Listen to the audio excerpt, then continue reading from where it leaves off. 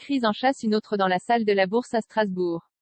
Le lieu qui accueillait jusqu'ici le centre de vaccination coronavirus, fermé il y a quelques jours à peine, accueille à présent les réfugiés fuyant la guerre en Ukraine.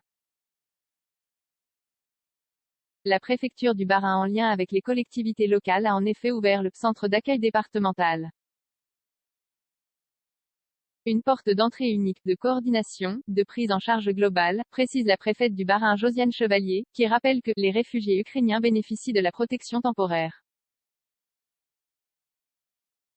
Protection qui ouvre des droits, une allocation d'environ 500 €, les APL, le droit au travail, la couverture maladie. Ce centre est le premier mis en place dans le Grand Est.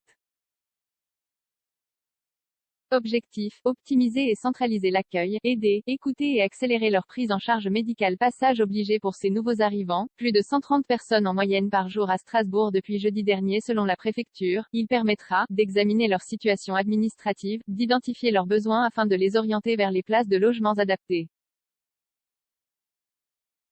Ces dernières sont et continuent d'être recensées. Les hébergements collectifs sont privilégiés. Les hébergements collectifs de préférence afin de faciliter les aides des différents intervenants sont privilégiés, rappelle la maire de Strasbourg Jeanne Barseguian.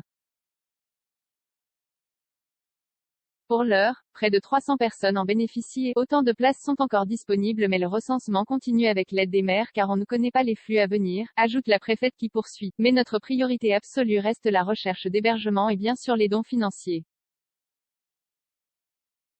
Nous sommes prêts et nous nous adapterons à la situation. Dans la vaste et confortable salle de la Bourse, 6 box, une cellule d'urgence médico-psychologique, des bénévoles de la Croix-Rouge, du SAMU 67, 2 traductrices, des assistantes sociales et, pour le volet hébergement notamment, le foyer Notre-Dame. Un centre précise Jean Barseguian qui, en fonction des besoins, des flux, pourra être adapté voire le faire monter en puissance. En attendant, le centre ouvre ce vendredi et restera ouvert, tant que cela sera nécessaire, souligne la maire, tous les jours de 9 h à midi et de 14 h à 17 h.